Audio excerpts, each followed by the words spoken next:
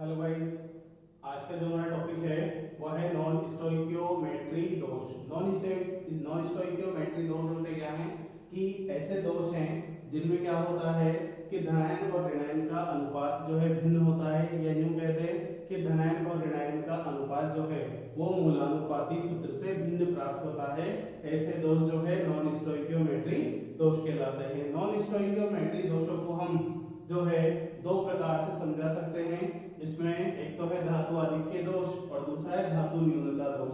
एक तो है धातु आधिक्य दोष और दूसरा होता है धातु न्यूनता दोष। इसमें धातु आधिक्य दोष और धातु न्यूनता दोष, इन दोनों को भी दो अलग अलग प्रकार से समझा सकते हैं। तो हम सबसे पहले बात करते हैं धातु आधिक्य दोष। धातु आधिक्य दोष जो है दो प्रकार का होता है।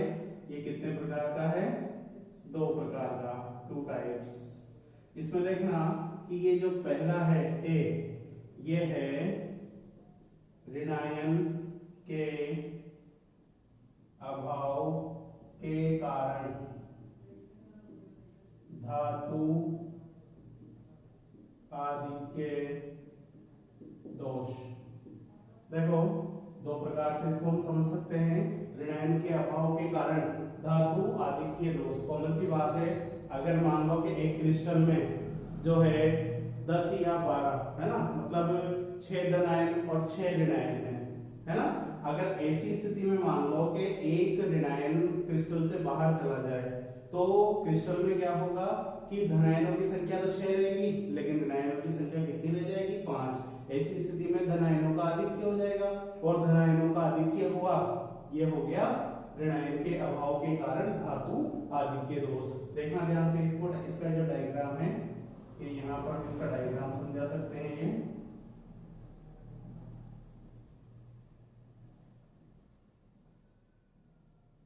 ये यहाँ पर देखना, ये A plus B minus, A plus B minus, ये B minus, A plus B minus, A plus, यहाँ पर A plus B minus, A plus और ये B माइनस। ये हमारे पास एक संपूर्ण आयनिक क्रिस्टल है। अभी इस आयनिक क्रिस्टल में आप देख रहे होंगे कि समान संख्या में तो धनायन है और समान संख्या में ही ऋणायन यहाँ उपस्थित है ना। अगर मान लो कि कोई भी आयनिक क्रिस्टल है, अगर उस आयनिक क्रिस्टल के निर्माण के समय जो है उसमें से कोई ऋणायन अपने जालक स्थान को छोड़कर क्रिस्टल से बाहर चला जाता है, तो ऐसी स्थिति में क्या होता है कि क्रिस्टल में धनायनों की संख्या ऋणायनों की तुलना में अधिक हो जाती है और उस स्थान पर एक रिक्तिका बन जाती है। इस प्रकार का दोष जो है वो ऋणायन के अभाव के कारण धातु आधिक्य दोष कहलाता है ना। इस दोष में क्या होता है कि जब ऋणायन अपने जालक स्थान को छोड़ता है तो उसके स्थान पर एक इलेक्ट्रॉन आकर एक इलेक्ट्रॉन स्थान ग्रहण कर लेता है। जहां से ऋणायन का निष्कर्षण होगा उस स्थान पर एक इलेक्ट्रॉन आ जाता है ना, जिससे क्रिस्टल की विद्युत उदासीनता बनी होती है और इस इलेक्ट्रॉन युक्त केंद्र को यहाँ पर F केंद्र कहते हैं। कौन सा केंद्र कहते हैं? F केंद्र। F केंद्र जो है एक अरबी भाषा के शब्द फार से बना है, जिसका अर्थ होता है रंग केंद्र।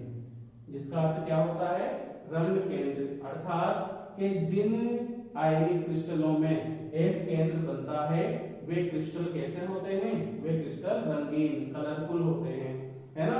और इसी F केंद्र के कारण NaCl का जो क्रिस्टल है वो पीले रंग का दिखाई देता है, LiCl का क्रिस्टल गुलाबी रंग का दिखाई देता है और KCl का जो क्रिस्टल होता है वो बैंगनी रंग का दिखाई देता है। तो इसको हम दोबारा समझ सकते हैं कि क्रिस्टल के निर्माण की प्रक्रिया में जब कोई ऋणायन जब किसी भी क्रिस्टल का निर्माण होता है तो उसके निर्माण की प्रक्रिया में क्या होता है कि क्रिस्टल में से कोई ऋणायन अपने जालक स्थान को छोड़कर क्रिस्टल से बाहर चला जाता है। ऐसी स्थिति में क्रिस्टल में धन आयनों की संख्या ऋण आयनों की तुलना में अधिक हो जाती है। इसे क्रिस्टल में ऋण आयन के अभाव के कारण धातु आधिक्य दोष कहा जाता है। ऋण आयन जिस स्थान को छोड़ता है उस स्थान पर कोई इलेक्ट्रॉन आ जाता है ना। तो इलेक्ट्रॉन के आ जाने से, जब किसी आयनिक क्रिस्टल में से ऋण आयन का अभाव होता है तो उस स्थान पर इलेक्ट्रॉन आ जाता है। इलेक्ट्रॉन युक्त यह केंद्र F केंद्र कहलाता है। F केंद्र जो है अरबी भाषा के शब्द फारवे से बना है, जिसका अर्थ होता है रंग केंद्र, कलर सेंटर। अर्थात जिन यौगिकों में F केंद्र बनता है या जिन आयनिक क्रिस्टलों में F केंद्र बनता है वे रंग प्रदर्शित करते हैं। क्योंकि यहाँ पर क्या होता है कि ये जो इलेक्ट्रॉन है वो क्या करता है, दृश्य प्रकाश से ऊर्जा का अवशोषण करके इलेक्ट्रॉन जो है उच्च अवस्था में उत्तेजित हो जाता है और ऐसी स्थिति में ये हमें पीले रंग का दिखाई देता है। और यही कारण है, ये हमें रंगीन दिखाई देता है। और यही कारण है कि NaCl का जो रंग है वो पीला होता है F केंद्र के कारण। LiCl के क्रिस्टल का रंग गुलाबी होता है, वो भी F केंद्र के कारण। और KCl के क्रिस्टल का रंग जो है बैंगनी दिखाई देता है, वो भी किसके कारण, F केंद्र के कारण। तो यह है ऋण आयन के अभाव के कारण धातु आधिक्य दोष। तो जैसा कि मैंने बताया कि धातु आधिक्य दोष दो प्रकार का हो सकता है। एक तो हो गया ऋण आयन के अभाव के कारण धातु आधिक्य दोष, है ना। और दूसरा क्या होगा, देखो जैसे भी मान लो कि इसमें यहाँ पर ये ऋण आयन मौजूद है ना। अब मान लो कि क्रिस्टल के जो ये अंतराकाशी स्थान है इनमें अगर कोई अतिरिक्त धनायन आ जाए, इनमें अगर कोई अतिरिक्त धनायन आ जाता है तो ऐसी स्थिति में भी क्या होगा, ऐसी स्थिति में भी क्या हो जाएगा कि क्रिस्टल में धन आयनों की संख्या ऋण आयनों की तुलना में अधिक हो जाती है। इसे हम क्या कहेंगे, अंतराकाशी धन आयन के कारण धातु आधिक्य दोष। तो यहाँ पर देखना ये हो जाएगा अंतराकाशी धनायन, अंतराकाशी धनायन के कारण धातु आधिक्य दोष, ये हो जाएगा इसका सेकंड, है ना। कि जब कोई अतिरिक्त धनायन जो है क्रिस्टल के अंतराकाशी स्थान में स्थान ग्रहण कर लेता है तो ऐसी स्थिति में क्रिस्टल में धनायनों की संख्या ऋण आयनों की तुलना में अधिक हो जाती है। तो क्रिस्टल में इसे अंतराकाशी धनायन के कारण धातु आधिक्य दोष कहते हैं। अब ध्यान रखना कि क्रिस्टल की विद्युत उदासीनता को बनाए रखने के लिए एक अतिरिक्त इलेक्ट्रॉन निकटवर्ती अंतराकाशी स्थान में आ जाता है, जिससे क्रिस्टल की विद्युत उदासीनता बनी रहती है। और अंतराकाशी ये जो इलेक्ट्रॉन है ये भी F केंद्र के समान ही कार्य करता है ना। और ऐसे क्रिस्टलों का अगर हम उदाहरण देखें तो इसका उदाहरण है जिंक ऑक्साइड। कि जब जिंक ऑक्साइड के क्रिस्टल को गर्म किया जाता है तो क्या होता है कि जिंक ऑक्साइड में से जो Zn+2 आयन है, Zn+2 आयन है वो क्या करते हैं, अंतराकाशी स्थानों में आ जाते हैं और इसे उदासीन करने के लिए इलेक्ट्रॉन जो है निकटवर्ती अंतराकाशी स्थान में आ जाते हैं, जिसके कारण जिंक ऑक्साइड के क्रिस्टल का रंग जो है वो हमें पीला दिखाई देता है। तो इस तरीके से जो है यहाँ पर जो है ये जिंक ऑक्साइड के क्रिस्टल का रंग पीला होता है, जो भी किसके कारण है, F केंद्र के कारण। क्योंकि ये जो अंतराकाशी स्थान में इलेक्ट्रॉन है ये भी किसके समान व्यवहार करता है, F केंद्र के समान व्यवहार करता है। तो ये हो गया अपना अंतराकाशी धनायन के कारण धातु आधिक्य दोष। ठीक है। इसके बाद अगर हम बात करें तो जो अगला है हमारे पास धातु न्यूनता दोष। तो धातु न्यूनता दोषों को हम देखो कैसे समझा सकते हैं कि धातु न्यूनता दोष है ये भी हमारे पास दो प्रकार से हैं। धातु न्यूनता दोष जो है ये भी हमारे पास कितने प्रकार के हैं, 2 टाइप्स। ये भी दो प्रकार के हैं जिसमें एक है, अब देखो धातु न्यूनता कैसे होगी, अगर कोई धनायन जो है अपने जालक स्थान को छोड़कर क्रिस्टल से बाहर चला जाए तो यहाँ पर क्या लिखेंगे हम, पहला धनायन के अभाव के कारण, धनायन के अभाव के कारण धातु न्यूनता दोष, धातु न्यूनता दोष, है ना। पहला तो ये हो गया और दूसरा अंतराकाशी धनायन के आधार पर समझा सकते हैं। तो पहले इसको हम ध्यान दें कि धनायन के अभाव के कारण धातु न्यूनता दोष, है ना, धन आयन के अभाव के कारण धातु न्यूनता दोष। तो यहाँ पर देखना कि जैसे हमारे पास ये एक क्रिस्टल है, अब इस क्रिस्टल में से अगर मान लो कि कोई धन आयन जो है अपने जालक स्थान को छोड़कर क्रिस्टल से बाहर चला जाता है, तो देखना अपने जालक स्थान को छोड़कर क्रिस्टल से बाहर चला गया, तो ऐसी स्थिति में याद है क्या हुआ कि ऋणायनों की संख्या जो है वो क्रिस्टल में धन आयनों की तुलना में अधिक हो जाती है। इसका मतलब है कि धन आयनों की संख्या कम हो गई है, और धन आयनों की संख्या कम होने के कारण धन आयन के अभाव के कारण धातु न्यूनता दोष कहलाता है। अब बात आती है क्रिस्टल की विद्युत उदासीनता की, कि क्रिस्टल जो है विद्युत उदासीन कैसे होगा।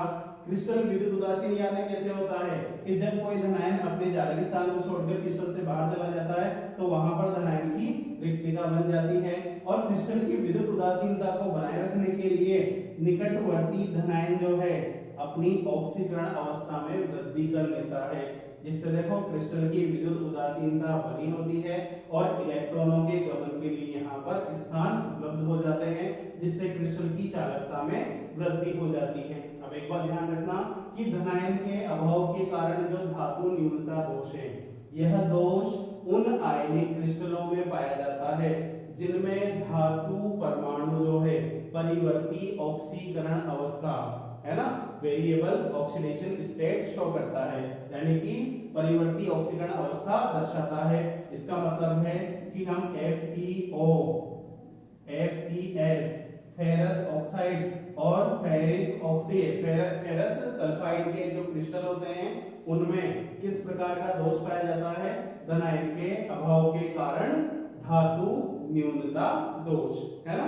और एक बात का ध्यान रखना कि ये जो फेरस सल्फाइड है FeS, फेरस सल्फाइड जो है क्या होता है FeS, इसे हम मूर्खों का सोना भी कहते हैं। इसे क्या कहा जाता है, मूर्खों का सोना।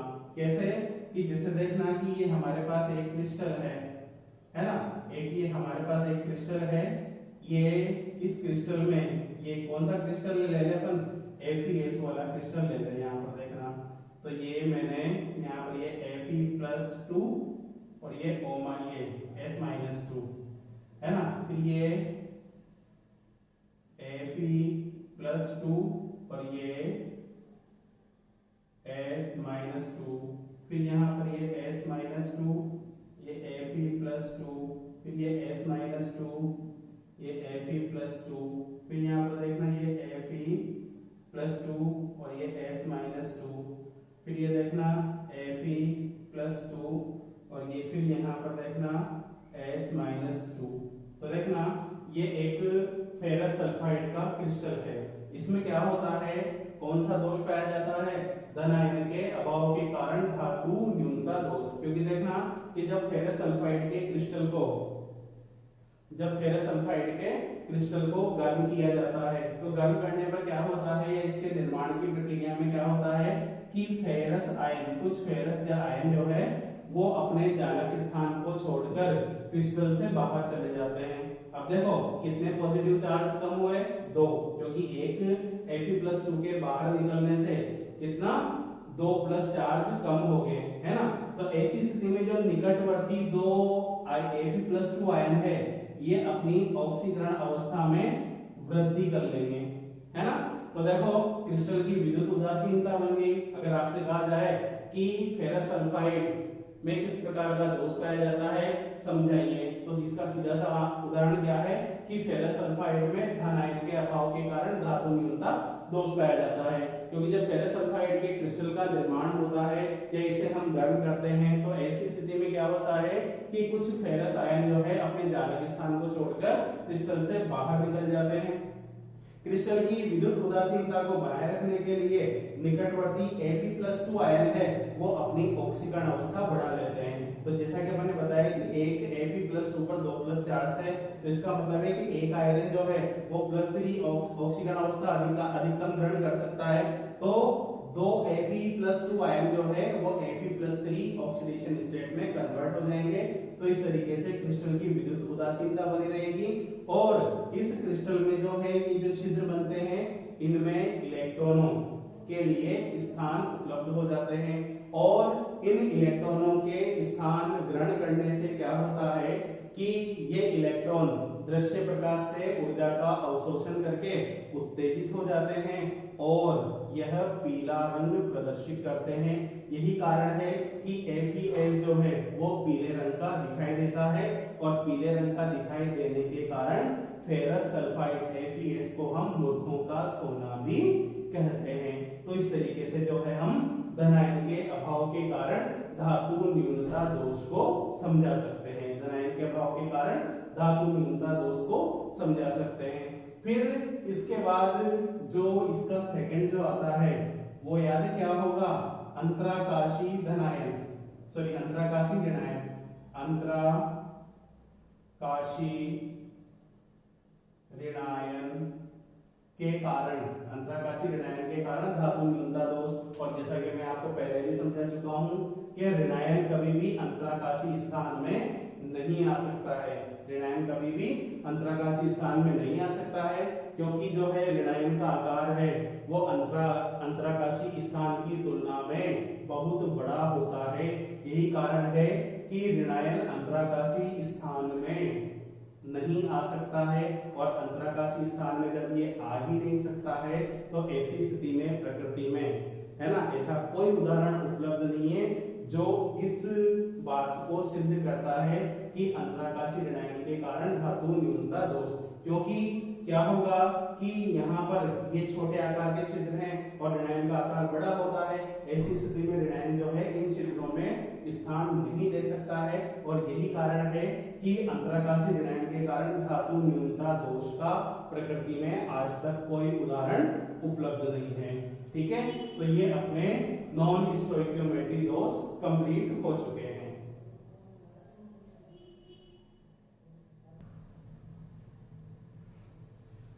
देखो बच्चों, जो भी हमने जो टॉपिक पढ़ा है नॉन स्टोइकियोमेट्री दोष, नॉन स्टोइकियोमेट्री दोष में हमें कुछ क्वेश्चन मिलते हैं, इन क्वेश्चनों को आप आसानी से सोल्व कर सकते हो। जैसे देखो NaCl का रंग पीला होता है, अब आपको ये देखना है कि क्वेश्चन आपको 1 नंबर में दिया है ना, सेक्शन ए में दिया है। अगर क्वेश्चन आपको सेक्शन ए में दिया है ना तो आप चाहो तो एक शब्द का आंसर लिख सकते हो, F केंद्र के कारण।